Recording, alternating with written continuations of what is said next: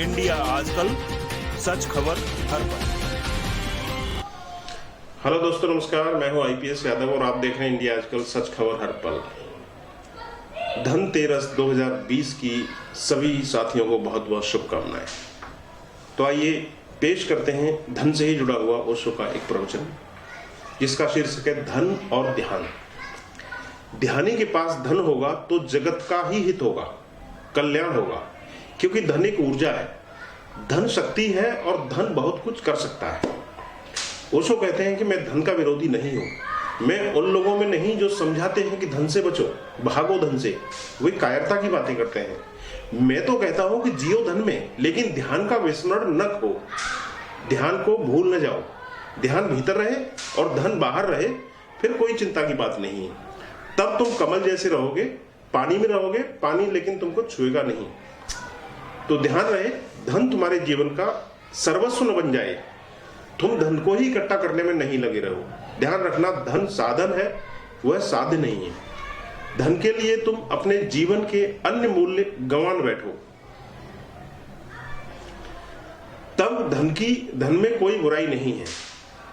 मैं चाहता हूं कि दुनिया में धन खूब बढ़े, इतना बढ़े देवता तरसे पृथ्वी पर जन्म लेने को। धन होना चाहिए प्रेम का, सत्य का, ईमानदारी का, सरलता से निर्देश का, निरहंकारता का। ये धन से भी बड़े धन है। कोहिनूर फीके पड़ जाएंगे, ऐसे हीरे हैं ये, हीरों के हीरे हैं। एक दिन मुल्ला नसरुद्दीन से किसी ने पूछा, नसरुद्दीन, सुना है कि तुमने कोई नई फिल्म बनाई है, कितने साझेदार हैं उस फिल्म में? तो मुल्ला ने कहा, अब आपसे क्या छिपाना, 4 तो अपने ही परिवार के लोग हैं और 1 पुराना मित्र है। इस तरह से कुल 5 पार्टनर हैं। तो उसने पूछा कि फर्म का नाम क्या रखा है? तो मुल्ला ने कहा कि messrs Mulla and Mulla and Mulla and Mulla and Abdullah company. उसने कहा, नाम तो बड़ा अच्छा है, मगर यह अब्दुल्ला कहां से बीच में अटपका? दुखी स्वर में मुल्ला नसरुद्दीन बोला, पैसा तो उसी बेवकूफ का लगा है। यहां मित्रता पैसे की है, संबंध पैसे के हैं। हम धन का एक ही अर्थ लेते हैं कि दूसरों की जेब से कैसे निकाल लें। इससे कुछ हल नहीं होगा। धन उसकी जेब से तुम्हारी जेब में आ जाता है, फिर तुम्हारी जेब से कोई दूसरा निकाल लेता है। धन जेबों में घूमता रहता है कि, लेकिन धन पैदा नहीं होता है। अभी हमने यह नहीं सीखा कि धन का सृजन कैसे किया जाता है।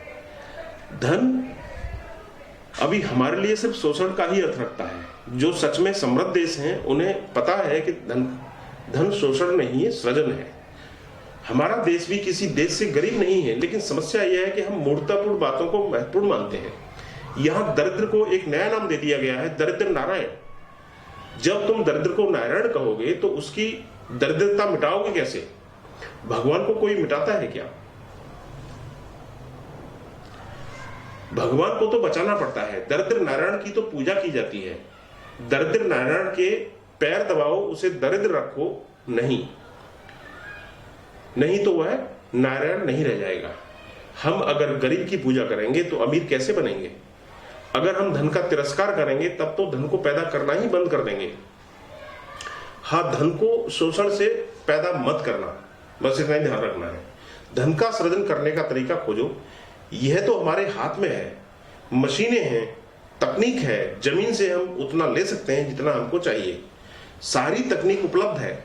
धन के सृजन के लिए मशीन की मदद लो। अगर तुम मशीन, रेलगाड़ी, टेलीग्राफ के खिलाफ रहोगे तो हमेशा दरिद्र ही रहोगे, दीन ही रहोगे। मशीनों का जितना उपयोग हो उतना ही अच्छा है, क्योंकि मशीन जितनी काम में आती है, आदमी उतना ही अपना श्रम बचा सकता है, और यह बचा हुआ श्रम किसी नई ऊंचाई के लिए लगाया जा सकता है। इसे नई खोजों में उपयोग किया जा सकता है। यह नए आविष्कारों में लगे पृथ्वी सोना उगल सकती है, लेकिन बिना मशीन यह नहीं होगा। देश का औद्योगिकीकरण होना चाहिए, यंत्रीकरण होना चाहिए, और देश जितना समृद्ध होता है वह उतना ही धार्मिक होता चला जाता है। ओशो। दोस्तों, फिलहाल इस प्रवचन में इतना ही।